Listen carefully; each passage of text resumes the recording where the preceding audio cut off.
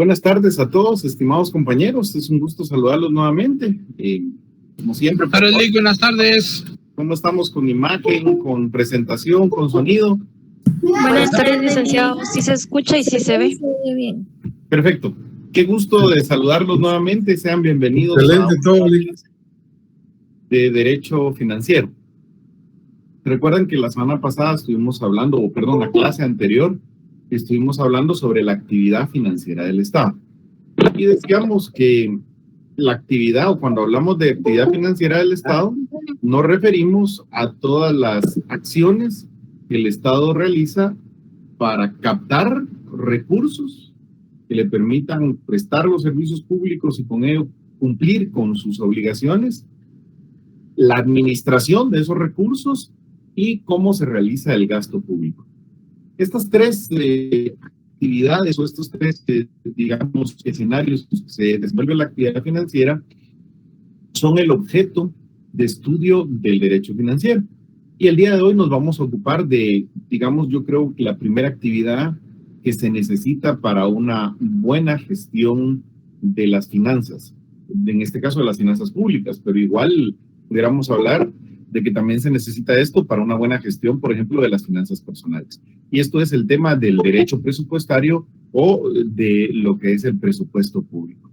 Así que espero que el día de hoy podamos comprender las ideas fundamentales y, como siempre, en cualquier momento que tengan ustedes alguna duda, algún comentario, alguna intervención, por favor, levantemos ahí la mano virtualmente y yo les voy cediendo la palabra para que podamos compartir. Yo creo que todos tenemos una buena idea de qué es un presupuesto y me gustaría escuchar sus ideas al respecto. ¿Qué entienden que es un presupuesto? ¿Alguien que quiera colaborar conmigo? Bueno, yo pienso, Lick, que es una planificación, del dinero que uno obtiene al mes, ¿verdad? Para distribuirlo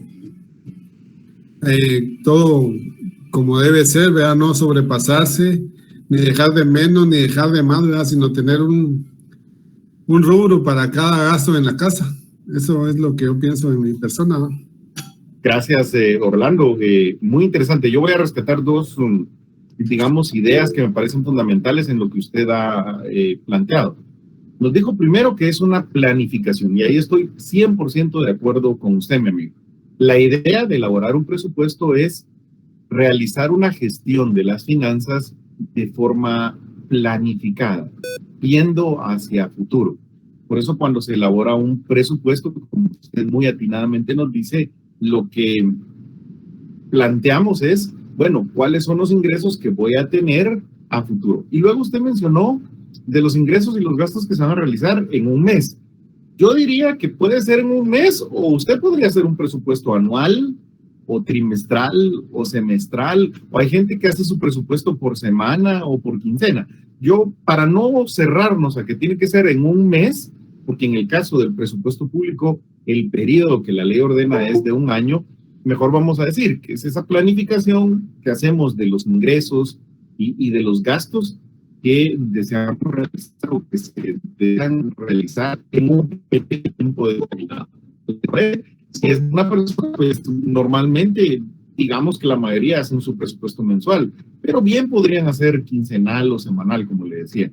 E incluso hay gente que es mucho más ordenada y en sus finanzas personales hace presupuestos a 6 meses, a un año. Yo conozco a un amigo que tiene presupuesto a 5 años, por ejemplo, que es algo muy, muy interesante. Una planificación, digamos, a un mayor tiempo. En el caso del Estado, pues como vamos a ver nosotros, la propia Constitución establece que la elaboración del presupuesto se debe hacer anualmente, o sea, el periodo de tiempo ahí va a cambiar. Vamos a ver, de los que tienen levantada su mano, Orlando Medina, ¿usted quería decirnos algo sobre qué es el presupuesto, Orlando? Sí, muy buenas tardes. Buenas tardes. Como una programación balance entre ingresos y egresos, para no hacer y causar un desbalance, saber con cuánto estimado va a entrar y los gastos fijos que van a haber. Yo estoy de acuerdo con usted, me parece que estamos muy claros, es una planificación o una programación que hacemos de los ingresos que pensamos obtener, y aquí hay algo que que yo quiero que le pongan atención de lo que dijo aquí el compañero. Dijo, de los ingresos que estimamos que vamos a tener, porque como el presupuesto se hace a futuro, ¿verdad, mis amigos? O sea, yo estoy haciendo, o yo elaboro un presupuesto, digamos, para el mes siguiente, o yo elaboro un presupuesto para el año siguiente. Por lo tanto, no tengo la certeza absoluta de que esos ingresos voy a tenerlos. Tengo una estimación. Puede ser que tenga más ingresos, primero Dios, o puede ser que tenga menos ingresos. Y lo mismo le pasa al Estado. También el Estado, cuando elabora un presupuesto, estima los ingresos que espera obtener en el siguiente ejercicio fiscal.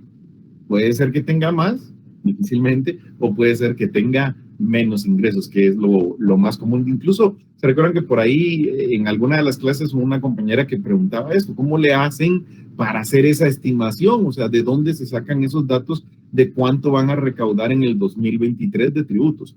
Bueno, se hacen, en teoría, se hacen estudios técnicos que le permiten al Ministerio de Finanzas, a la Superintendencia de Administración Tributaria, proyectar cuánto es lo que estiman van a lograr recaudar de tributos en el siguiente ejercicio fiscal. Pero al final de cuentas solo es una estimación. Por eso van a ver ustedes que el tema del manejo del presupuesto requiere flexibilidad. Flexibilidad en el sentido de que si los ingresos que estimamos resultan siendo menos, o sea, si no logramos recaudar todo lo que pensamos que íbamos a recaudar, el presupuesto se tiene que adaptar fácilmente y también habrá que ajustar los gastos porque tenemos menos ingresos. Es algo muy interesante. Cristian quería darnos su punto de vista sobre qué es el presupuesto, mi amigo. Buenas tardes, licenciado. Buenas tardes. Sí, yo pienso que podríamos decir que el presupuesto sería el cálculo anticipado del conjunto de ingresos y egresos en un determinado tiempo. Estoy de acuerdo con usted. Quizás, Cristian, yo no usaría la palabra cálculo, ¿verdad? Me gusta más, como decían sus compañeros, planificación, programación. Y le voy a explicar por qué. Porque la palabra cálculo me deja como una idea de que es como que fuera una operación matemática, ¿verdad? Yo calculo cuánto voy a tener, eso calculo cuánto voy a tener. Que no es tan sencillo como hacer un cálculo. Yo diría que uno programa, uno planifica, estima cuántos ingresos va a tener y con base a esa estimación programa qué gastos va a llevar a cabo. Entonces yo me quedaría con la palabra planificación o programación. Yo les puse aquí una definición, digamos, un poco más técnica aquí en la diapositiva. Según la doctrina, un presupuesto es un instrumento financiero esencial. Lo considera una buena gestión financiera, requiere de la elaboración adecuada de un presupuesto. Entonces, es un instrumento financiero esencial. Esa es su naturaleza. ¿Qué consiste en un documento mediante el cual, oiga bien, se estiman todos los ingresos que se espera llegar a obtener en un ejercicio fiscal? Estimamos qué ingresos esperamos llegar a obtener en el siguiente ejercicio fiscal.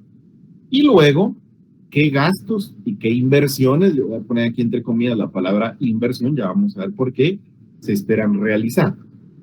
Y algo que es muy importante que yo quisiera que le agreguen a su idea, a su concepto de presupuesto, por lo menos en el ámbito público.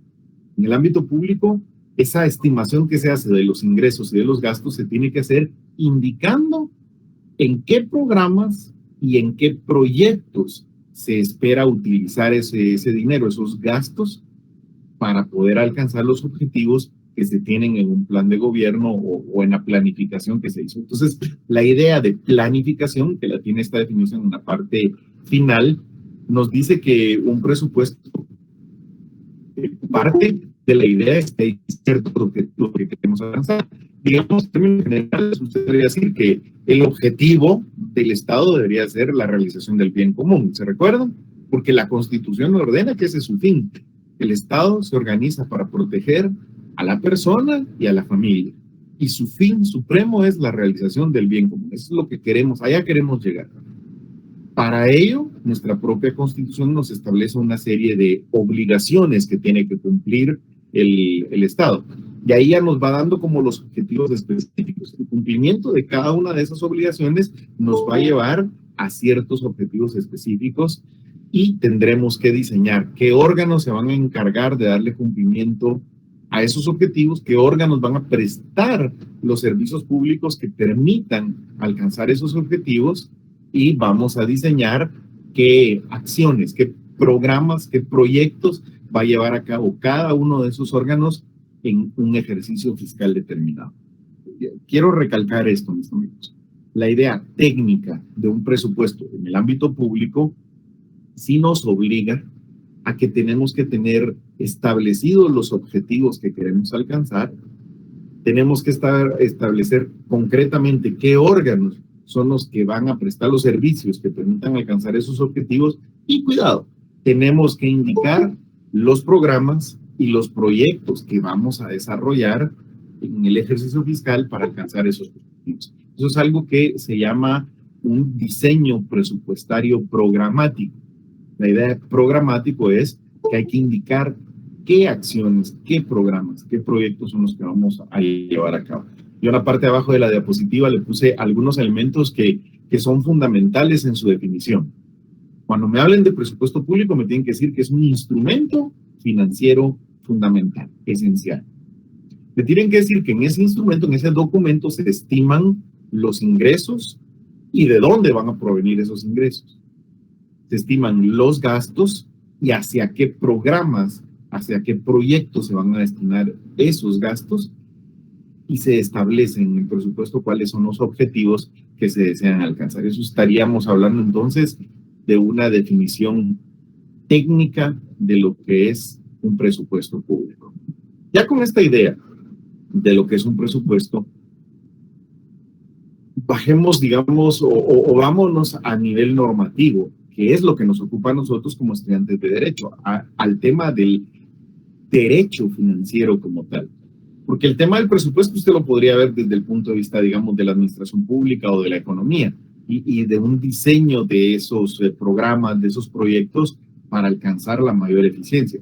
Pero a nosotros lo que más nos va a interesar en este curso no es tanto ese aspecto de la eficiencia de los programas, de los proyectos, de todo el aspecto, digamos, económico. A nosotros lo que nos va a interesar conocer, estudiar, comprender, dominar, interpretar y aplicar adecuadamente son las normas jurídicas que van a regir la elaboración, la ejecución y la fiscalización de ese presupuesto. ¿Qué leyes creen que rigen al presupuesto público? Los escucho. Ley orgánica del presupuesto, decreto 101-97. La ley de compras. Hagamos una pausa, por favor. Excelente a los dos, tanto a Norma como a Kevin. Excelente a los dos. Pero les voy a pedir, solo para que mantengamos cierto orden, que cuando quieran hacer uso de la palabra me levanten la manita y yo les voy dando la palabra, porque si no nos vamos a estar bloqueando unos a otros. Estoy de acuerdo, ustedes dicen la ley orgánica del presupuesto, pero cuidado. Siempre que yo le pregunte de normas jurídicas, mis queridos amigos, aquí hay una jerarquía, pues o sea, ustedes no van a poner primero a la ley ordinaria antes que a la ley suprema.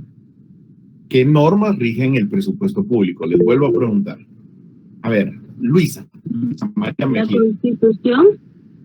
La Constitución Política de la República de Guatemala, Luisa, completo, por favor. Ok, la Constitución Política de la República. Porque, miren, pues, ustedes ya el otro año van para examen técnico profesional. Y en el examen técnico profesional se espera que usen un lenguaje técnico. Y eso implica identificar a las normas completas.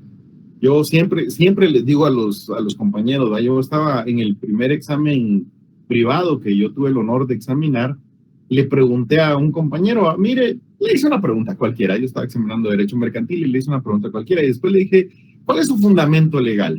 Y el compañero me dijo, el 47 de la Constitución. La respuesta, el 47 de la Constitución. Chica, le digo, parece que me está mandando un telegrama, no sé, coma las palabras. El artículo 47 de la Constitución Política de la República. Vamos practicando por acá, pero estoy de acuerdo. Yo, si hablamos de una jerarquía, primero me van a colocar la norma suprema, la Constitución Política de la República. Yo aquí les hice una diapositiva precisamente pensando en esto. Miren, yo les puse acá. ¿Qué normas rigen el presupuesto? Yo se los puse en 3 niveles fundamentales. Primer nivel, las normas constitucionales. Vamos a encontrar nosotros que nuestra Constitución Política de la República establece los principios generales que van a regir el presupuesto de todas las entidades públicas y los aspectos generales, e incluso algo muy importante, hay artículos de la Constitución que establecen asignaciones presupuestarias específicas. Se lo pongo con el ejemplo que a nosotros nos debe interesar más. Hay un artículo de la Constitución que establece que del presupuesto general de ingresos ordinarios de la República se debe destinar por lo menos un 5% de los ingresos ordinarios para el presupuesto de funcionamiento de la Universidad de San Carlos de Bogotá. Eso es lo que le vamos a llamar una asignación presupuestaria específica. Y vamos a encontrar varias normas constitucionales que establecen digamos que establecen cuánto es lo menos que se le debe de otorgar a una determinada institución pública. En el caso de la universidad, lo pusieron como un mínimo, ¿sí? Entendemos que podría asignársele un porcentaje mayor. Bien podría venir algún gobierno y decir, bueno, nosotros consideramos que la educación superior universitaria es algo esencial si queremos el desarrollo del país y por lo tanto le vamos a asignar el 10% de los ingresos ordinarios del país. Claro, lamentablemente eso no ha ocurrido nunca. Y de hecho, les quiero contar que existe un problema muy fuerte con el tema de la asignación presupuestaria de la universidad, que lo hemos venido arrastrando durante varios años. Y que yo quisiera, les voy a dejar por ahí una especie de investigación que analizaran qué es lo que ocurre con el presupuesto. Se lo resumo, pero ustedes tienen que investigar o indagar un poquito más. Lo que ocurre es que nuestra Constitución establece que se le debe asignar un presupuesto no menor al 5% de los ingresos ordinarios. Y aquí viene el gran problema. Cuando hablamos de ingresos ordinarios, ¿a qué se refiere? ¿Qué debemos entender por algo ordinario? Porque aquí viene el juego. En muchas ocasiones, el gobierno de turno lo que dice es, bueno, de los ingresos que obtuvimos, que vamos a obtener en el siguiente ejercicio fiscal, yo considero que los ordinarios son estos. Y todo lo demás es extraordinario. Y por lo tanto, ese 5% que le corresponde a la universidad, voy a calcular sobre lo que yo considero que es un ingreso ordinario. Y obviamente siempre nos terminan dando menos de lo que corresponde. Ese es un primer aspecto que yo quisiera que tomen en cuenta. Y así van a encontrar otras disposiciones constitucionales que establecen asignaciones presupuestarias específicas. A veces, así como en la universidad, establecen por lo menos un 5%. Hay otros casos en que directamente establece del presupuesto se le dará un 2% a tal entidad. No por lo menos, sino se le asignará un 2% a esa entidad. O sea, es ya una asignación presupuestaria fija. Así que en la Constitución vamos a encontrar, muy importante, las normas que establecen los principios generales que van a regir al presupuesto de todas las entidades y además vamos a encontrar normas que establecen asignaciones presupuestarias específicas. Luego, como decía por ahí el compañero, vamos a encontrar normas ordinarias. Ahí estamos hablando de decretos que ha emitido el Congreso de la República y que son muy importantes porque en estas normas ordinarias es donde se va a desarrollar esos principios constitucionales que deben regir el presupuesto. Aquí, básicamente, necesitamos dos dentro de las normas ordinarias. La ley orgánica del presupuesto, que es muy importante, que es la que establece todas las reglas que van a regir la elaboración, la aprobación, la ejecución y el control del presupuesto público de cada año, de cada ejercicio fiscal. Esa ley orgánica del presupuesto, mis amigos, yo necesito que sea una de las leyes que dominemos muy bien en este curso. Y por ello, yo el día de hoy o mañana les estaré colocando ahí en Classroom una guía de estudio de la ley orgánica del presupuesto. Ustedes tienen, a partir de que yo la publique, desde el día de mañana hasta el siguiente viernes, para desarrollarme esa guía. Un documento, van a ver ustedes que está hecho, como su nombre lo indica, como una guía, preguntas. Sí, por ejemplo, ¿cuál es el objeto de la ley orgánica del presupuesto y su fundamento legal? Entonces usted lo busca en la ley orgánica, lo lee y luego en el documento me escriba, su objeto es regular tal y tal cuestión, según el artículo tal. Voy a permitir que me lo entreguen en la computadora, pero les adelanto pues que sí tenemos algunas medidas de seguridad para que no solo se copien el archivo, ¿verdad? Por eso necesito que cuando respondan esas preguntas lo hagan con sus propias palabras, porque yo meto todos esos documentos que me van a mandar a un programa y el programa me dice qué archivos son iguales, y a los que tengan 2 archivos iguales, pues a los 2 no les voy a poner la nota que le corresponde a la elaboración de esa guía para el primer parcial. Van a ver que es una guía muy sencilla y que les va a ayudar mucho a conocer la ley orgánica del presupuesto, que luego en las clases las estaremos desarrollando debidamente. Así que espero que la disfruten. No es muy complicado, son como 500 preguntas que tengan que responder. Esas mentiras. Es algo muy sencillo y es básicamente para que conozcan la ley orgánica del presupuesto y las reformas que está teniendo. Y luego, ya lo platicamos en una clase, pero se los vuelvo a recalcar. Aparte de la ley orgánica del presupuesto, como el presupuesto debe ser aprobado cada ejercicio fiscal, cada año, o sea, ahorita en el 2022, el Congreso de la República tiene que aprobar el presupuesto que va a regir para el 2023. Y para hacer esa aprobación, el Congreso de la República va a emitir un decreto. Va a emitir, eso es una ley, pues un decreto mediante el cual aprueba el presupuesto general de ingresos y egresos de la Nación para el ejercicio fiscal 2023. De tal forma que yo necesito que ustedes recopilen, les decía en la otra oportunidad, los últimos 5 decretos que el Congreso ha emitido respecto de la aprobación del presupuesto. ¿Para qué? Para que tengamos de alguna manera la posibilidad de comparar cómo ese presupuesto ha ido cambiando, cómo se han ido incrementando los gastos, cómo han ido desarrollándose el incremento de los ingresos, cómo se ha ido desarrollando el tema de la deuda pública, algunas asignaciones presupuestarias específicas, para que vayamos viendo la estructura, el contenido de ese decreto, de cómo lo van aprobando. Todo resulta muy interesante y nos va a servir. Ya se los había pedido y por favor, ahora que entramos de lleno al estudio de la ley orgánica del presupuesto, es esencial que ustedes tengan esas normas jurídicas. También hay otras leyes ordinarias que pueden establecer, ¿cómo explicarles? El destino específico que van a tener ciertos ingresos. Yo les pongo aquí un ejemplo. La ley que regula el impuesto de circulación de vehículos terrestres, marítimos y aéreos, es eso, ¿no? Es una ley que decreta un tributo, un impuesto. Pero esa ley contiene un artículo que establece que de ese impuesto, lo que se recaude, una cantidad de ese impuesto que se recaude, se va a destinar específicamente al Ministerio de Comunicaciones para el mantenimiento de las carreteras, para el mantenimiento de la red vial, y nos dice cómo se va a hacer y cuánto se va a destinar de cada uno de esos. Es un ejemplo nada más que yo quisiera que ustedes comprendan. O sea, hay otras leyes ordinarias que también tienen relación, que también están vinculadas con el tema presupuestario y que las deberíamos de tener en cuenta o manejar. Y por último, hay un tema que a mí me parece muy importante. También en el tema de presupuesto vamos a encontrar normas reglamentarias.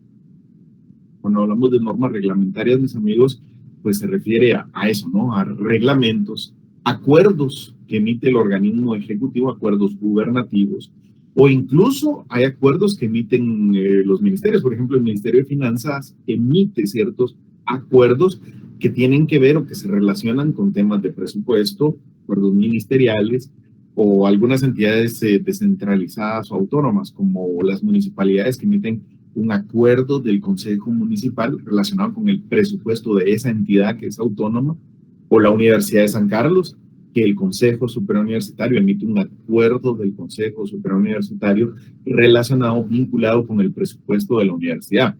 Así que cuando estemos ante una entidad descentralizada o autónoma, es muy importante que ustedes recuerden sus clases de Derecho la diferencia entre una entidad centralizada, una entidad descentralizada y una entidad autónoma. Pero en esencia, las entidades descentralizadas y las autónomas tienen personalidad jurídica propia. Se consideran jurídicamente una persona jurídica distinta del Estado de Guatemala que puede tener sus propios derechos y sus propias obligaciones. Y por lo tanto, normalmente la ley establece que va a tener su propio presupuesto. Y ellos emiten entonces disposiciones reglamentarias para el manejo de su propio presupuesto. Y eso resulta fundamental cuando uno trabaja en alguna de esas instituciones, porque hay que tomar en cuenta esas disposiciones. Así que cuando hablemos de qué normas rigen el presupuesto, normas constitucionales, normas ordinarias y normas reglamentarias. El día de hoy nos vamos a enfocar en las normas constitucionales. ¿Qué es lo que regula nuestra Constitución esencialmente sobre el presupuesto? Bien, aquí yo quiero que nos vayamos, o que me acompañen ustedes, que vayamos estudiando juntos el tema del artículo 237 de nuestra Constitución. Alguien me va a hacer favor de irlo leyendo. Yo voy a irlo interrumpiendo y haciendo observaciones para que podamos ver. Orlando, usted me va a hacer favor de leer el artículo 237. Muchas gracias. De la diapositiva que tiene, ¿verdad? Sí, de la Constitución de Guatemala. Permítame. Voy a poner los anteojos que... Póngaselo, tranquilo. 237. 237 pareciera que me está dando vuelto, Orlando. ¿Dónde tiene ahí separado el 2 del 37? Perdón, licenciado, artículo 237, presupuesto general de ingresos y egresos del Estado. Así se llama presupuesto general, porque se refiere a todo el Estado, de ingresos y egresos del Estado. Perfecto, siga hablando. El presupuesto general de ingresos y egresos del Estado aprobado para cada ejercicio fiscal. Haga una pausa, perdone que yo lo vaya interrumpiendo, pero lo así leo. Y como yo así leo, yo quisiera que todos leyeran como yo. Ya veo que esto del derecho, yo no sé si a ustedes les pasó también, pero a veces yo al principio pensaba que mientras más rápido uno leyera, era como mejor para el derecho. Y después descubrí algo. En derecho, eso de las técnicas de lectura rápida no nos sirve tanto. ¿Por qué no sirve que lea todo un párrafo? No logra comprender en esencia qué es lo que regula. Entonces yo digo que en derecho la mejor forma de leer es ir haciendo pausas. Pero las pausas en el punto adecuado. Por ejemplo, ¿por qué lo paré acá? Porque nuestra Constitución regula que ese presupuesto general de ingresos y egresos del Estado debe ser aprobado cada ejercicio fiscal. Eso es importante. Aquí nos marca ya la periodicidad con la que se va a elaborar y aprobar el presupuesto. Nuestro presupuesto se va a elaborar para cada ejercicio fiscal. Yo les adelanto, la ley orgánica del presupuesto establece que el ejercicio fiscal va a coincidir con el año calendario, del 1 de enero de un año al 31 de diciembre. Es decir, por ejemplo, ahorita estamos en el ejercicio fiscal del año 2022, que comprende del 1 de enero del 2022 hasta el 31 de diciembre del 2022. Y el siguiente ejercicio fiscal comprenderá del 1 de enero del 2023 al 31 de diciembre del 2023. Yo sé que esto es pues muy sencillo, pero es importante recalcarlo. Cada cuánto se debe aprobar el presupuesto, según nuestra Constitución, debe ser aprobado para cada ejercicio fiscal. ¿Y cada cuánto es un ejercicio fiscal? Legalmente es del 1 de enero al 31 de diciembre. ¿Vamos bien? Sigamos con la lectura, Orlando. Vuelva a activar su micrófono porque yo se lo... En conformidad con lo establecido en esta Constitución, incluirá la estimación de todos los ingresos a obtener y el detalle de los gastos e inversiones por realizar. A realizar. Excelente, Orlando. Haga la pausa nuevamente.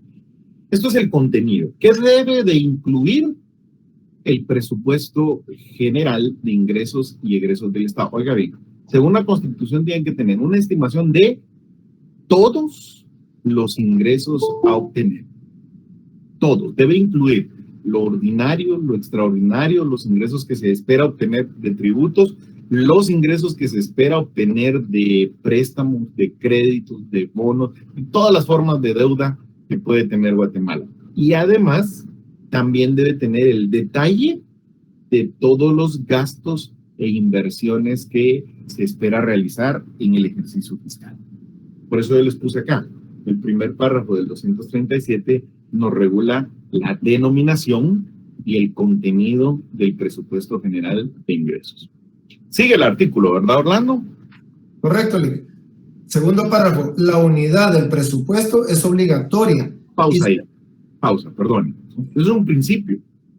Es un principio que se llama principio de unidad.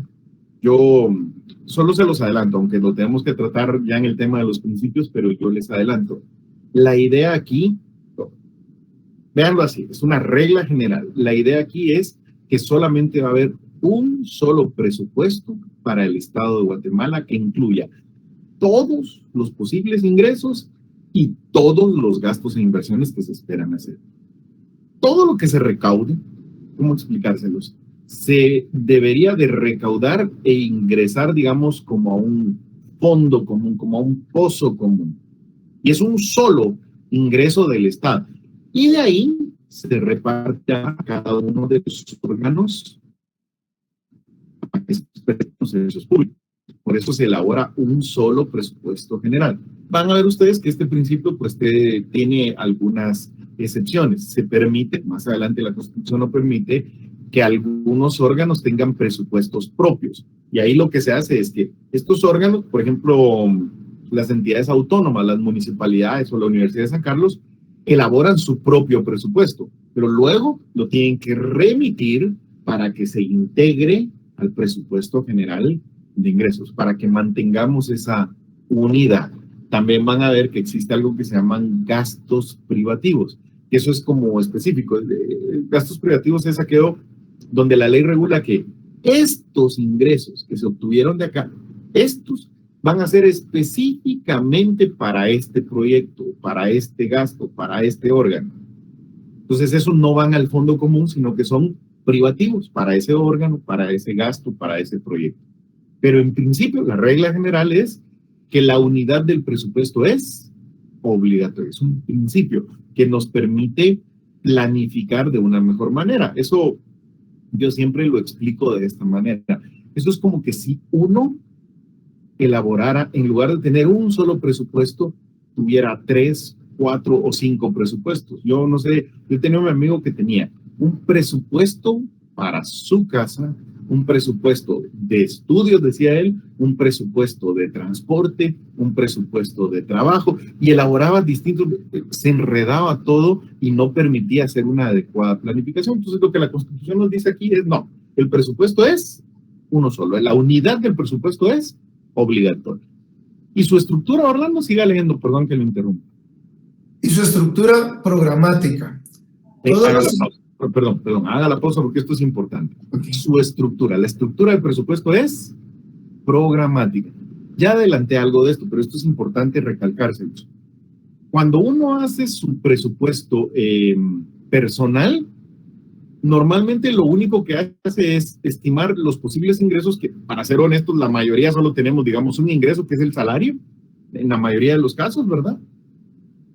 Aunque la recomendación que hacen es que para tener unas finanzas sanas, uno debería de tener varias fuentes de ingresos. Pero bueno, eso lo podemos discutir en otro momento. Digamos que normalmente cuando uno hace su presupuesto, uno dice ingresos y solo pone salario, tanto.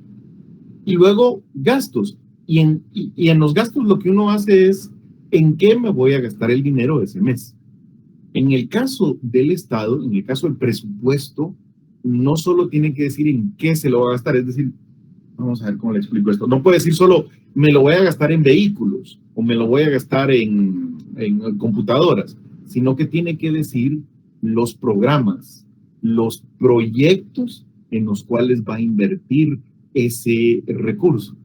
Eso es muy importante porque entonces nos lleva a una filosofía de programación, a una filosofía de planificación en la cual uno se traza un objetivo, pone su objetivo como meta. Para alcanzar ese objetivo dice voy a llevar a cabo estas actividades.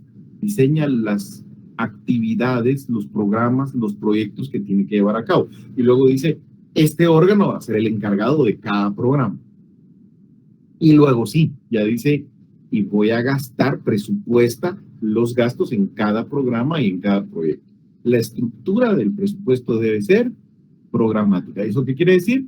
Debe indicarse para cada gasto en qué programa o en qué proyecto se espera realizar.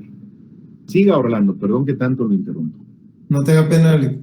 Todos los ingresos del Estado constituyen un fondo común indivisible, destinado exclusivamente a cubrir sus egresos. Sí, haga la pausa ahí. Nuevamente es la idea que le decía de la unidad, o sea, le llaman a esto indivisibilidad, pero va vinculado de la unidad del presupuesto. Básicamente, mis amigos, esto lo que nos está diciendo es, no lo tenemos que ver como que si fueran distintas cuentas o distintos ingresos. O sea, yo no puedo decir, esto es lo que tengo de ingresos de IVA, esto es lo que recaudó una municipalidad, esto es lo que recaudó un ministerio, esto es lo que recaudó una secretaría, y como que tuviera distintas cuentas bancarias o no sé cómo decirle, cuentas donde tiene el dinero. No, no, no. Todo lo que recauda el Estado, todo se considera un fondo común. Todo va hacia el mismo fondo y se hace un solo gran pozo, un solo gran fondo. Y aquí nos dice que es indivisible, no lo puedo partir y dividirlo, sino que tengo un solo fondo y de ahí parto para distribuir el gasto en cada uno de los órganos.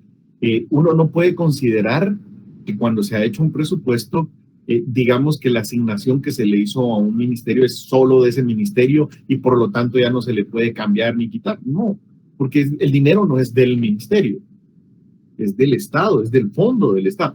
Se decidió en el presupuesto asignarle una cantidad, pero si luego en la ejecución del presupuesto vemos que, por ejemplo, los programas, los proyectos de ese ministerio no son tan importantes como otros programas que tenemos que implementar, se podría autorizar una transferencia de este programa hacia de este órgano hacia este órgano.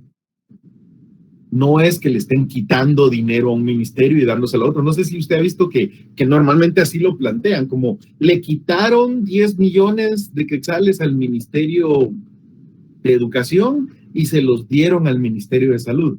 Yo digo, esa es una visión errónea, porque el dinero no era del Ministerio de Educación y al pasárselo al Ministerio de Salud tampoco es que se lo estén dando a otra persona. Es un solo fondo para todo el Estado, para cubrir todos los gastos del Estado y por lo tanto sí podemos, claro, respetando las reglas, respetando las normas que rigen esto de las transferencias presupuestarias, que ya lo veremos.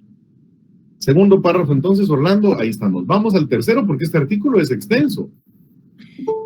¿Puedo hacer un paréntesis? Sí, desde luego. Cuando los ministerios no se gastan el dinero a fin de año que agarran locura por derrocharlo, esa plata dice que se va a un fondo común. Claro.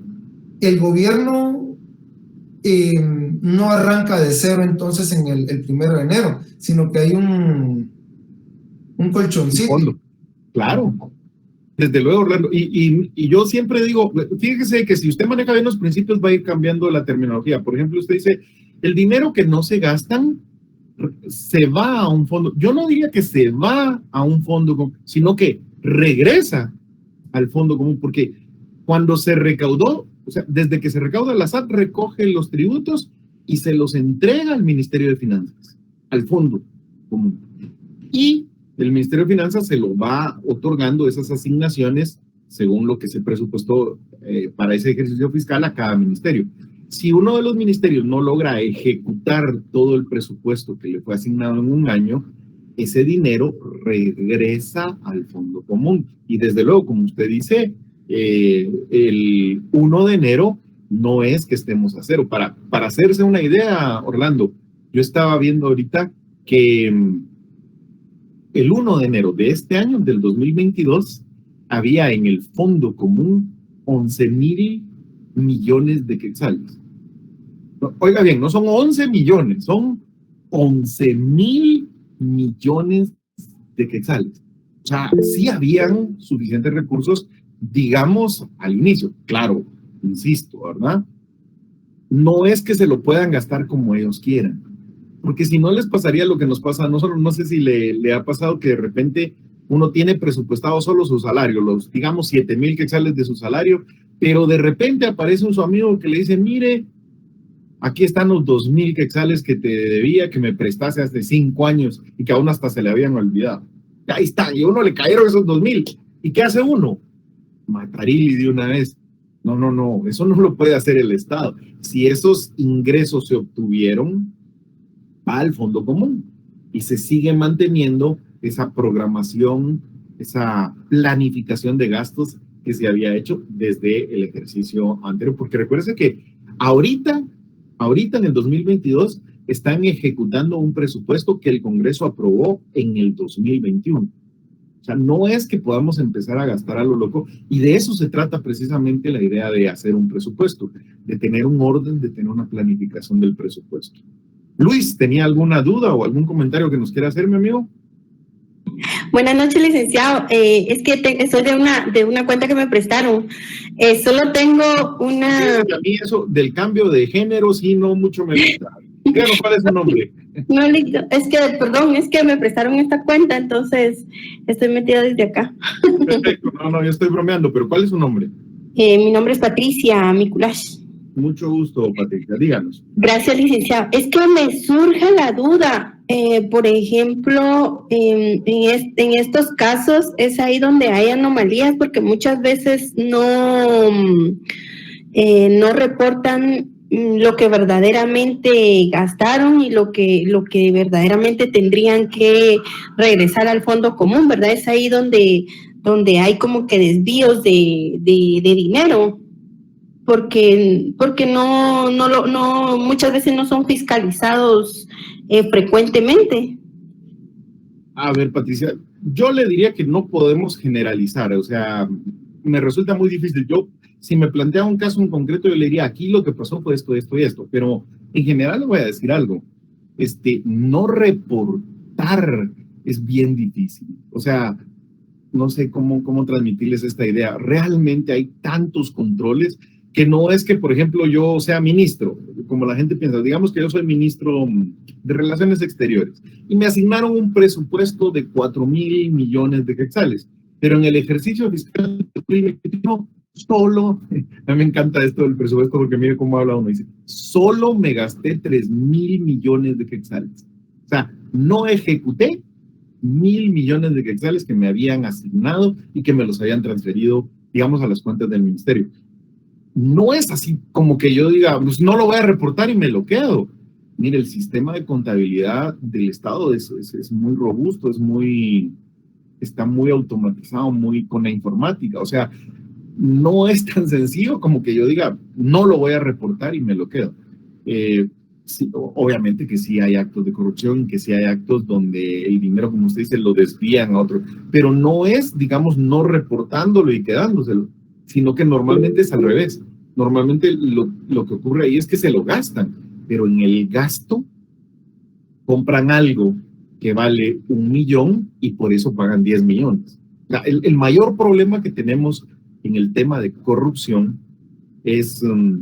no es falta de controles, no es falta de fiscalización, sino que es en cómo le hacemos para que el gasto sea eficiente. Ese es el mayor problema que tenemos, porque no es, yo les entiendo, o sea, uno piensa, porque así me ocurrió a mí, uno piensa normalmente que solo es como que el funcionario que llegue con la intención, con la voluntad de hacer bien las cosas, y no es tan sencillo, ¿vieron?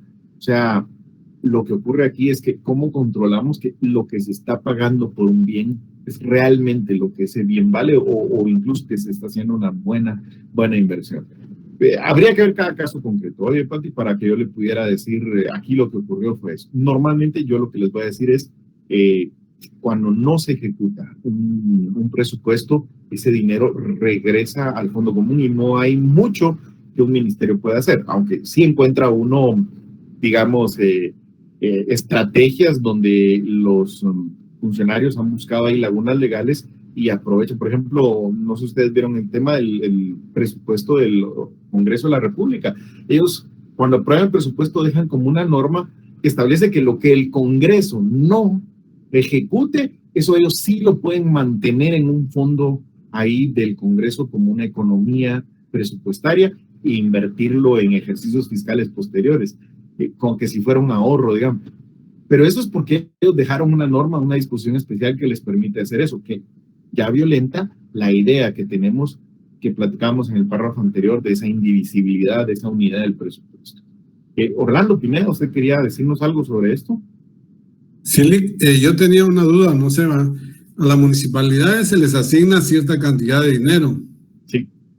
¿Verdad? Y lo que ellos recaudan, así como por lo menos hay municipalidades que multan, cepos, ese dinero, ¿ese va directamente a la MUNI o tiene que darle al gobierno?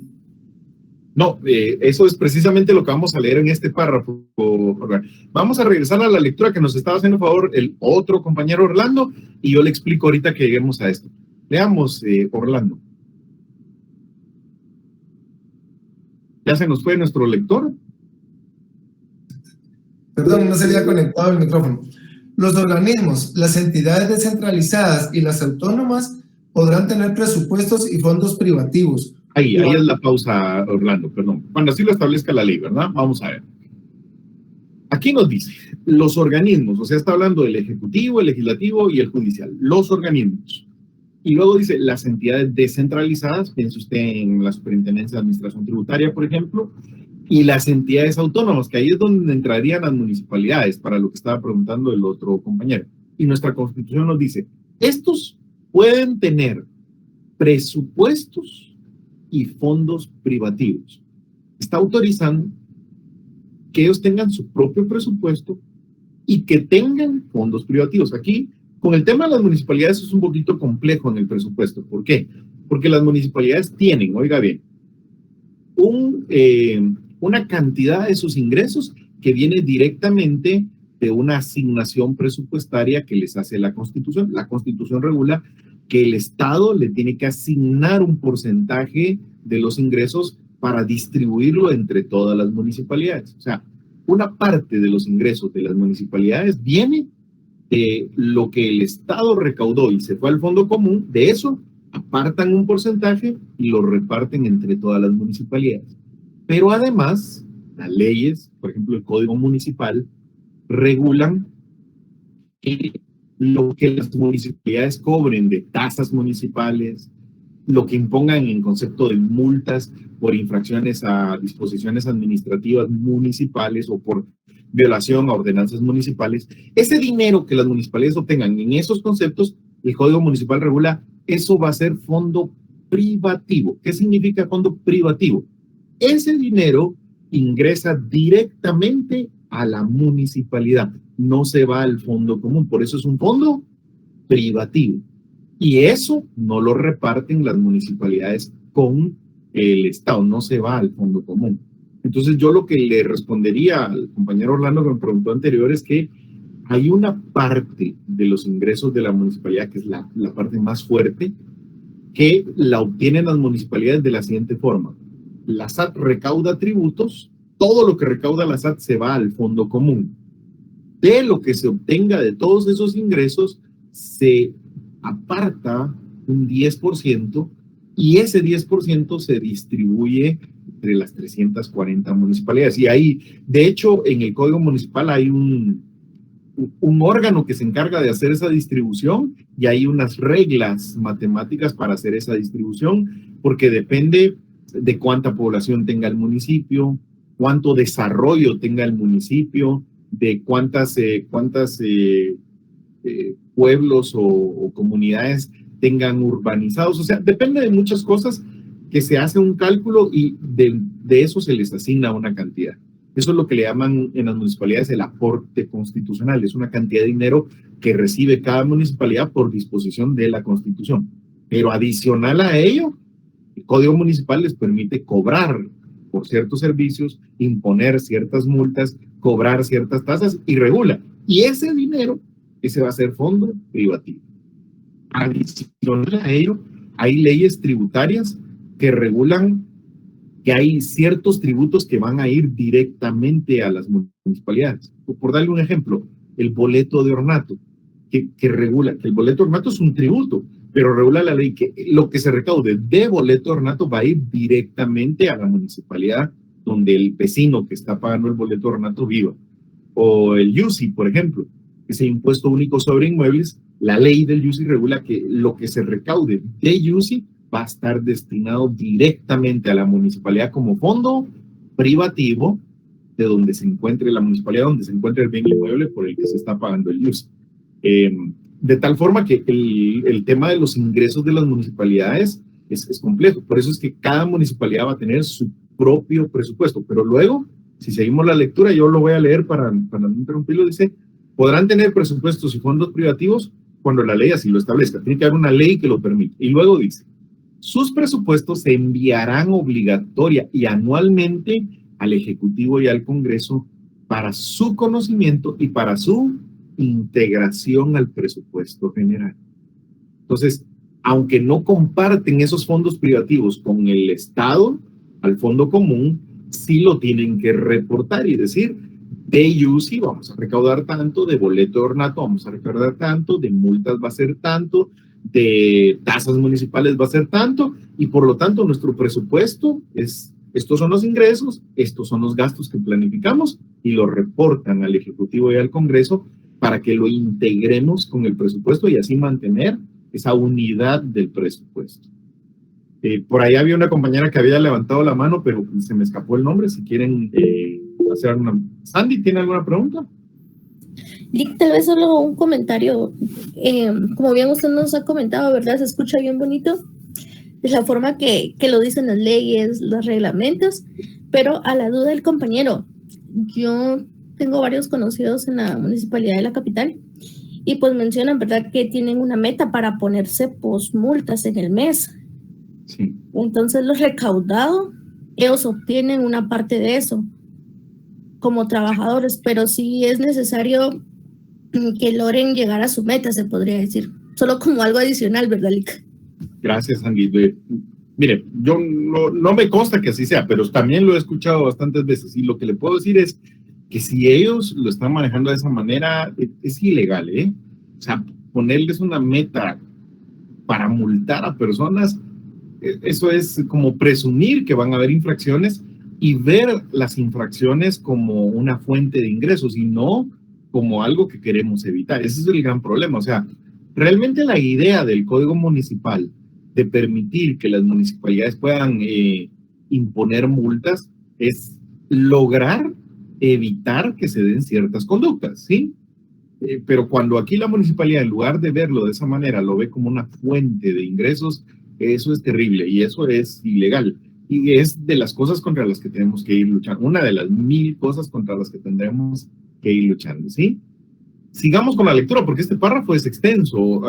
Sigamos, Orlando, desde donde yo me quedé. Y además, estarán sujetos a los controles y fiscalización de los órganos correspondientes del Estado. Haga la pausa, esto es importante. Esto es importante. Como esto es tan grande y se refiere a dinero, uno de los grandes principios del presupuesto es que está sujeto a control y a fiscalización. Y a ese control y fiscalización van a ver ustedes que está integrado en varios niveles, desde el control, digamos, de la Contraloría General de Cuentas, hasta controles internos como auditorías internas, controles sociales como lo que le llaman auditoría social, y bueno, el tema del control es extenso. Hay bastantes controles. No sé si funcionan bien o no, eso lo podemos discutir, pero hay bastantes controles. Y una de las grandes preguntas que siempre se hace es, ¿las entidades autónomas, las entidades descentralizadas, están sujetas a control? O yo se lo podría hacer, por ejemplo, de esta manera. La Universidad de San Carlos, la ejecución del presupuesto de la Universidad de San Carlos, ¿está sujeta a control de la Contraloría? ¿Qué dicen ustedes? Desde luego. Sí. Y es que ya necesito que nos vayamos quitando la idea de que ser autónomo significa algo así como que no se rige por las leyes de Guatemala. Eso no es así, ¿verdad, mis amigos? Vamos a plantearlo de esta manera. La autonomía es un sistema de organización administrativo y lo que busca es que un órgano administrativo sea más eficiente, para lo cual le dan cierta independencia, por ejemplo, para que elija sus propias autoridades, para que elabore su propio presupuesto, para que recaude algunos ingresos privativos, etcétera. Hay varias características o varias, ¿cómo decirle? Varios aspectos en los que se le da independencia a un órgano autónomo. Pero eso no significa que ese órgano no se rija por las leyes. Yo se los digo porque, no sé, cuando yo entré a la universidad, me empezaban a hablar en las aulas de la autonomía y sobre todo los muchachos de la asociación de que la autonomía y que la tenemos que defender y con la vida, y está bien, pero yo nunca logré comprender el concepto de autonomía, que podríamos dedicarle una clase completa a hablar sobre el tema de autonomía. Hoy solo me quiero quedar con esto. Autonomía no significa que está exento de fiscalización. La Universidad de San Carlos elabora su propio presupuesto. La Universidad de San Carlos tiene un aporte constitucional que, según la Constitución, el Estado nos tiene que dar cierto porcentaje del presupuesto general de ingresos ordinario. Tiene fondos privativos la universidad, hay ciertos conceptos que puede recaudar y que es dinero que se considera propio de la universidad. Pero eso sí, cuando elabore su presupuesto, cuando el Consejo Superior Universitario aprueba el presupuesto de la universidad, ese presupuesto lo debe remitir al Ejecutivo y al Congreso para que lo integren al presupuesto general de ingresos, y ese presupuesto queda sujeto al control de la Contraloría. Le digo porque en algunos casos han habido algunos funcionarios de la universidad que dicen, no, nosotros somos autónomos y no estamos sujetos de control. Eso es falso, ¿verdad, mis amigos? Ya lo ven aquí en la Constitución, está muy claro. Sigamos, Orlando. La ley podrá establecer otros casos de dependencia del Ejecutivo, cuyos fondos deben administrarse en forma privativa para asegurar su eficiencia. Ahí hago una pausa. Aparte de los órganos y las entidades descentralizadas y autónomas, la ley, pero eso tiene que estar en una ley ordinaria, en un decreto aprobado por el Congreso, puede establecer ciertas dependencias del Ejecutivo, como por ejemplo algunas comisiones, algunas secretarías, que tengan fondos privativos. Eso sí es perfectamente factible, pero tiene que estar establecido en la ley. Y luego establece en general que el incumplimiento de lo establecido en esa norma es algo punible, es delictivo, y que los responsables van a ser personalmente los funcionarios bajo cuya dirección esté la ejecución de ese presupuesto. ¿Vamos bien ahí? Porque nos falta todavía de este artículo, ¿verdad, Orlando? Sí, licenciado. No podrán incluirse en el presupuesto general de ingresos y egresos del Estado gastos confidenciales o gasto alguno que no deba ser comprobado o que no esté sujeto a fiscalización. Esta disposición es aplicable a los presupuestos de cualquier organismo, institución, empresa o entidad descentralizada autónoma. A mí me parece que es el párrafo más claro respecto de este tema de la fiscalización. No podrán incluirse en el presupuesto gastos confidenciales. Le explico la idea de gastos confidenciales porque muchos de nosotros éramos jóvenes y ya no los vivimos. La idea de gastos confidenciales era que anteriormente, en disposiciones antes de la Constitución, se establecía que el presupuesto podía contener ciertos gastos para algunos funcionarios de alto nivel. Normalmente se refería a dignatarios, por ejemplo, el presidente de la República o los magistrados de la Corte Suprema de Justicia, o sea, altos funcionarios, que les permitía tener un presupuesto de gastos confidenciales. Gastos confidenciales significa que no estaban sujetos a fiscalización y que no se tenía que reportar en qué se gastó.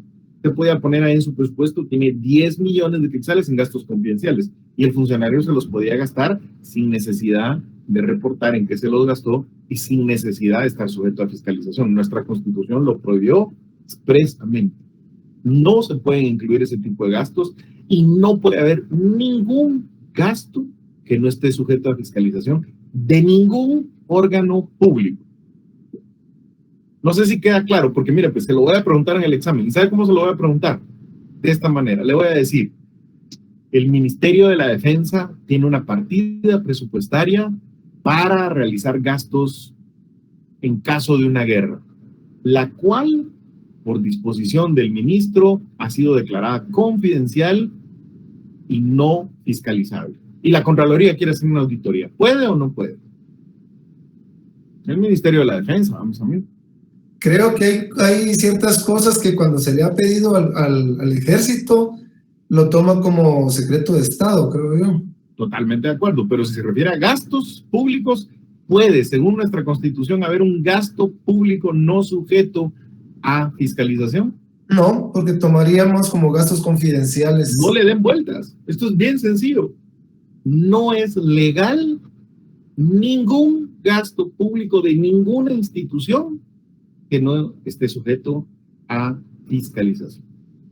Eso no quiere decir que no hayan gastos que no hayan sido fiscalizados. O sea, eso, la Contraloría, digamos que no es tan eficiente como para fiscalizar. Pero lo que les quiero decir es, legalmente, todos los gastos que haga cualquier órgano público están sujetos a fiscalización. Y eso es muy importante, ¿verdad?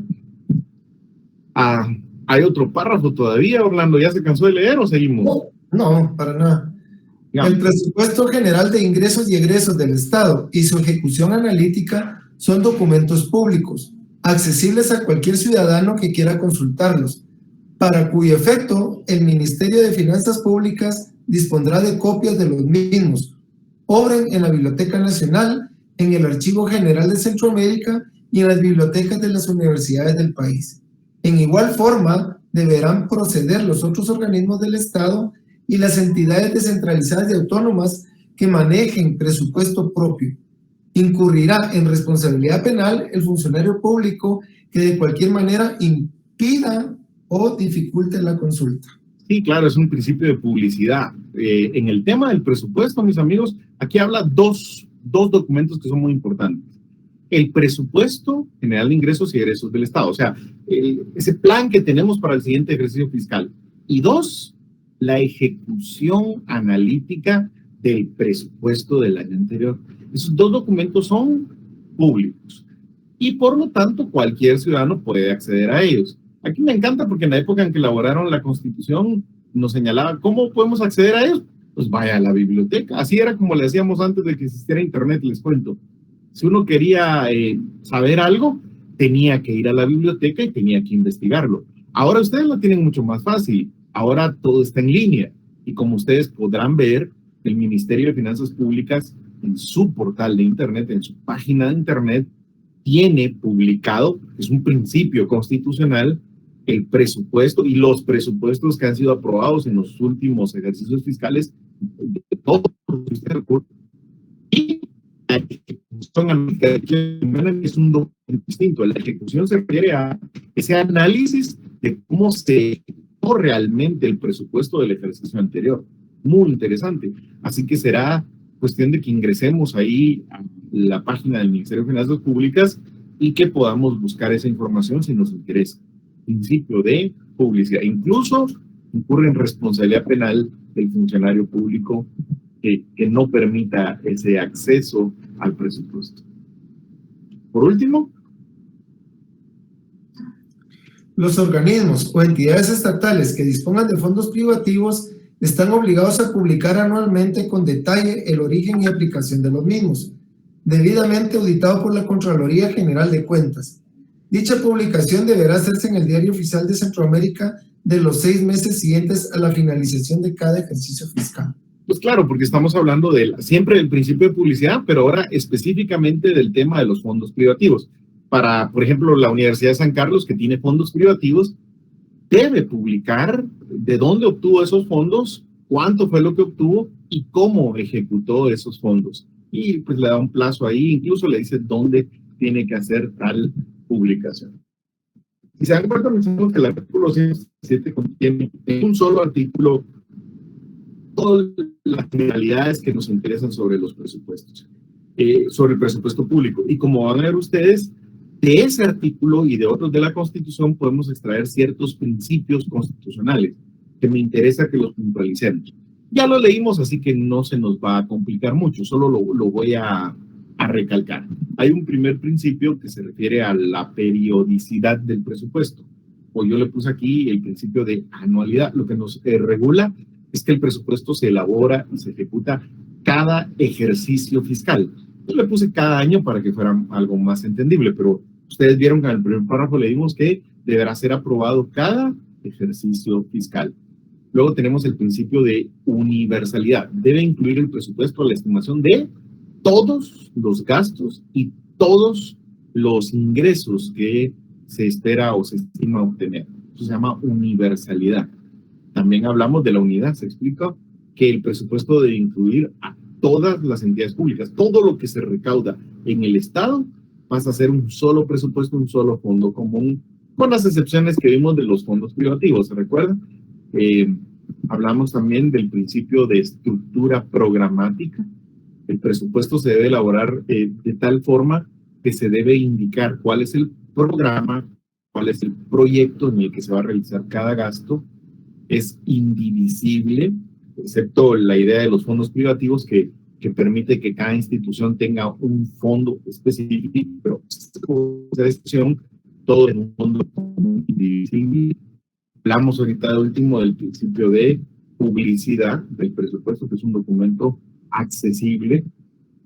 Hablamos también del tema de control y fiscalización, que lo leímos en el 237, pero van a ver ustedes que también lo encontramos en el artículo 232.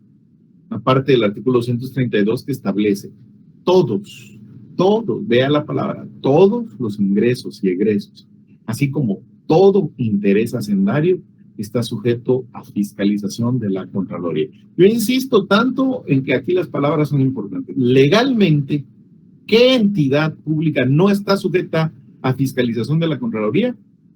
Ninguna. Todas las entidades públicas están sujetas a control y fiscalización de la Contraloría según nuestra Constitución. Por último, en el 240 encontramos un principio que a mí me parece muy interesante. Yo se los leo así rapidito.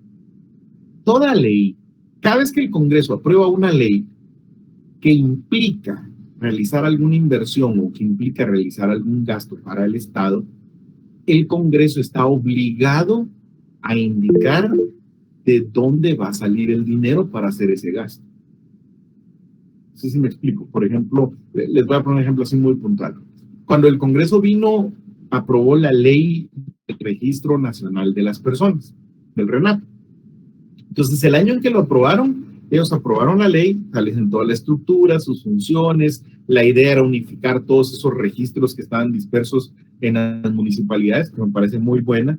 Y en una disposición casi final de esa ley pusieron, para el presupuesto inicial de funcionamiento del Registro Nacional de las Personas, se asigna la cantidad de 10 millones de quetzales. Un artículo que pusieron ahí. Y bueno, la pregunta sería, está bien, tiene una asignación presupuestaria de 10 millones de quetzales. La pregunta es, ¿de dónde va a salir ese dinero? El Congreso tiene la obligación, cuando crea una norma así como esa, le falta la otra parte, donde debe decir, mismos que se obtendrán de la siguiente fuente de financiamiento. Tienen que establecer de dónde van a surgir cosas, porque si está creando un órgano que implica gastos, también debe crear el correspondiente, ¿verdad?, financiamiento para ese órgano. Como el Congreso no lo puso, pues por ahí las municipalidades plantearon una inconstitucionalidad y de hecho la Corte declaró inconstitucional ese artículo, porque establecía un gasto público sin establecer la fuente. Hasta después, ¿verdad?, fue que el Congreso de la República ya hizo el presupuesto del siguiente ejercicio fiscal y ahí ya incluyeron presupuestado el funcionamiento del RENAP. Jonathan, ¿tiene algún comentario sobre esto de los principios? Lick, solo una duda. Gracias por el espacio. ¿Quién fiscaliza a la Contraloría General de Cuentas? Es la pregunta nada más, Lick. Gracias. Interesante. Mire, el Contralor se concibe como un comisionado del Congreso de la República, de tal suerte que, digamos, si usted me pregunta por qué control externo hay hacia la Contraloría, yo le diría que el Congreso de la República puede ejercer ese control a través de las citaciones que le debe dar. Hay algunas disposiciones de la Ley Orgánica de la Contraloría que establecen que le debe rendir incluso informes al Congreso de la República. Claro que usted podría decir, bueno, pero ese control como es más político que técnico, que financiero, de alguna manera. La Contraloría también tiene su propia auditoría interna. Y aquí yo me iría por lo más importante, Jonathan. El Contralor General de Cuentas, al igual que todos los funcionarios públicos, tenemos, porque en este caso yo también soy funcionario público, tenemos una responsabilidad civil por el manejo de los recursos que hacemos de las instituciones. De tal forma que si cualquier funcionario público que maneje fondos o bienes de una institución, ¿cómo explicarle esto? Cuando entrega el cargo, a partir del momento que entrega el cargo, posteriormente puede ser sujeto de una fiscalización y si se detecta que hubieron anomalías en el manejo, se le puede deducir la responsabilidad por esas anomalías, pero claro, habrá que seguir un juicio ante los tribunales demostrándolas y cobrándole los daños y perjuicios que le ha ocasionado por la mala administración al Estado. De hecho, vamos a ver que por ahí hay algo que se llama un juicio de cuentas.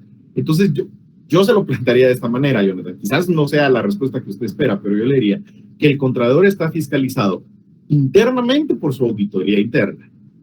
Claro, usted me dirá, pero ellos están subordinados a él, no van a hacer una buena fiscalización. Es probable. Externamente por el Congreso de la República. Yo sé que usted me dirá, pero mire, los diputados tienen otro interés, intereses políticos, y no van a hacer una buena fiscalización. Posiblemente. Y después de entregar el cargo, a él lo fiscaliza el nuevo Contralor, y si detecta anomalías, puede deducirle, bueno, no puede, debe deducirle la responsabilidad correspondiente. Y van a ver ustedes que la extinción de esa responsabilidad por prescripción son plazos enormes. Entonces, muy posiblemente no se lo deduzcan en un periodo o en el siguiente, pero tarde o temprano esa responsabilidad lo puede alcanzar. Si el sistema es infalible, es perfecto, yo diría que no, Jonathan. Es muy posible que haya contralores que hayan administrado mal y que de alguna manera no hayan sido sancionados o no se haya detectado. Sin embargo, no conozco ningún sistema en el mundo que sea perfecto, porque al final de cuentas yo le podría preguntar lo mismo de cualquier órgano. O sea, lo que siempre hemos dicho, la Corte de Constitucionalidad es, digamos, el órgano de control de la constitucionalidad de la actuación de los otros órganos. Y entonces uno llega a un momento en el que se pregunta, ¿verdad, Jonathan? Y a la Corte de Constitucionalidad, ¿quién la fiscaliza? Volvemos a ese círculo. ¿Quién vigila a los que vigilan? No sé si le convence mi respuesta o no, pero yo le diría que hay 3 distintos controles. El que hace el Congreso, la auditoría interna y el control a posterior cuando ya ha entregado el cargo, ¿verdad? Norma, ¿tiene alguna pregunta? Sí, gracias, licenciado. Yo solo quería consultarle, por ejemplo, el Congreso de la República que se le asignan, bueno, como usted explicaba, 10 millones de quetzales, ¿verdad? Ellos están sujetos a fiscalización por la Contraloría General de Cuentas. Dentro de esa fiscalización tendrían que ver en qué van a invertir esos 10 millones que se le asignaron y si son inversiones que son favorables al Estado de Guatemala, ¿verdad? Que no son... Yo me recordaba mucho porque me recuerdo que cuando el expresidente Alan Rodríguez entró, remodeló su oficina, invirtiendo, me imagino que de parte de ese dinero asignado lo utilizó para remodelar a su conveniencia la oficina. Eso conviene al interés del Estado. Entonces, en eso, ¿cómo actúa la Contraloría de Cuentas en esas? Porque no pasa solo en el Congreso, pasarán en otras instituciones. Entonces, ¿cómo actúa la Contraloría para... Muchísimas, ¿verdad, Norma? Vamos a ver, no sé ni cómo responderle esa pregunta. Primero, vamos por partes. ¿El Congreso está sujeto a control de la Contraloría? Sí. ¿La Contraloría va a verificar en qué se va a gastar el dinero? Eso no, porque en qué se va a gastar ya establece el presupuesto, que fue aprobado previamente. La Contraloría no puede decirle en qué gastarse el dinero, porque eso está regulado en el presupuesto. La Contraloría debe verificar es que esto se haga activamente en lo que fue planificado, que se haga siguiendo los procedimientos que establece la ley de contrataciones. Y hay algo que introdujeron con la nueva ley orgánica de la Contraloría, que eso es, bueno, para mí es reciente, pero le estoy hablando ya casi 10 años, ¿no? Pues la nueva ley orgánica de la Contraloría establece que también pueden fiscalizar la calidad del gasto público, que es a lo que usted está enfocando su pregunta. Ahora, sí es difícil definir cuándo la calidad del gasto público ha sido adecuada y cuándo no, Norma. Eso es bien complejo, o sea, no sé cómo decirle esto. Remodelar una oficina es un gasto necesario. Yo diría que que depende. Yo pensaría que sí puede ser un gasto necesario, Norma. ¿Qué pasa si usted no le da mantenimiento a su casa, no la pinta, no la limpia, no le hace las reparaciones? Deje esa casa 15, 10 años y va a aparecer una casa de espantos, de fantasmas. Las paredes se ponen sucias, se rajan, se ve mal, ¿no? Y se daña un bien público. Entonces, yo pienso que darle mantenimiento a una oficina es adecuado. Quizás su pregunta, yo entiendo, va más allá. O sea, ¿qué pasa cuando esa remodelación implica gastos que ya son, podemos decir, de lujo, superfluos, como, no sé, por ejemplo, alfombrar la oficina o colocar muebles de lujo? Insisto, es un tema bien difícil, Norma, porque yo pensaría que cuando hablamos del presidente de un organismo del Estado, el tener una oficina bien elegante, bien estructurada, puede significar también, ¿verdad?, la representación que ejerce de ese organismo, porque recibe embajadores, recibe funcionarios altos, no sé. Entonces, decirle si el gasto que se hizo fue adecuado o no, es algo bien complejo, pero esa es la función de la Contraloría. La Contraloría tiene una dirección que se llama Dirección de Calidad del Gasto Público y tiene que ir a ver y analizar eso. Y en todas las instituciones, no solo en el Congreso. Ahora, ahí podríamos discutir muchísimo cómo medir la calidad del gasto público o cómo evaluar si es una calidad adecuada o no. Hay muchos sistemas, hay muchas teorías, hay muchas formas. Es difícil poner una regla general. Yo en lo personal le diría, ¿verdad?, que a mí, yo sé que esto no les va a gustar, pero es que una cosa es lo que dice la prensa, o sea, lo que la prensa lo planteó fue como hasta que se hizo una ducha y que parecía que se estaba haciendo un hotel de lujo o algo así. Pero luego ya cuando yo lo veo desde el punto de vista administrativo, yo creo que la remodelación que hizo el presidente del Congreso no me parece que haya sido superflua. Claro, usted podrá considerar que sí. Y entonces ahí es donde yo digo, el contralor que esté, lo estricto que sea o lo flexible que sea, puede determinar sanciones, reparos a un funcionario, y si le toca a otro contralor que no es tan estricto, podría ser que los mismos gastos no los considere superfluos. Es algo bien complejo dentro del tema del control y fiscalización, pero en resumen, sí es uno de los aspectos que se pueden fiscalizar y que de hecho la Contraloría tiene la obligación de fiscalizar. Espero haber respondido su pregunta, quizás no como usted quería, pero básicamente por ahí estaría desde el punto de vista técnico. Yo, por cuestiones de tiempo, lo vamos a tener que dejar por acá, pero van a ver ustedes que en la siguiente clase, el día martes, va a estar muy interesante porque vamos a hablar sobre el procedimiento para aprobar el presupuesto, que es algo, el procedimiento presupuestario, es algo muy interesante. Necesito 3 cosas de ustedes. Una, que traigan su constitución y su ley orgánica de la Contraloría, porque ya veo que aunque sea a distancia y aunque sea con las dificultades que eso implica, ahí vamos leyendo y vamos comentando. 2, que resuelvan la guía sobre la ley orgánica que yo les voy a colocar, si puedo hoy mismo y si no mañana. Es un documentito con preguntas que yo necesito que las tomen y que las vayan respondiendo con su ley orgánica. Tienen, bueno, viernes, sábado, domingo, lunes y martes para poder entregarla. Creo que les va a ayudar mucho para conocer esa ley y va a tener un punteo, una asignación de nota. Y 3, necesito que el próximo martes estén puntuales y que aprovechemos el tiempo. Para mí, como siempre, es un honor estar aquí con ustedes y les agradezco mucho, mucho su atención. Les deseo una feliz noche. Feliz noche, licenciado. Gracias. Gracias, licenciado. Buenas noches. Feliz noche, licenciado. Feliz noche, licenciado.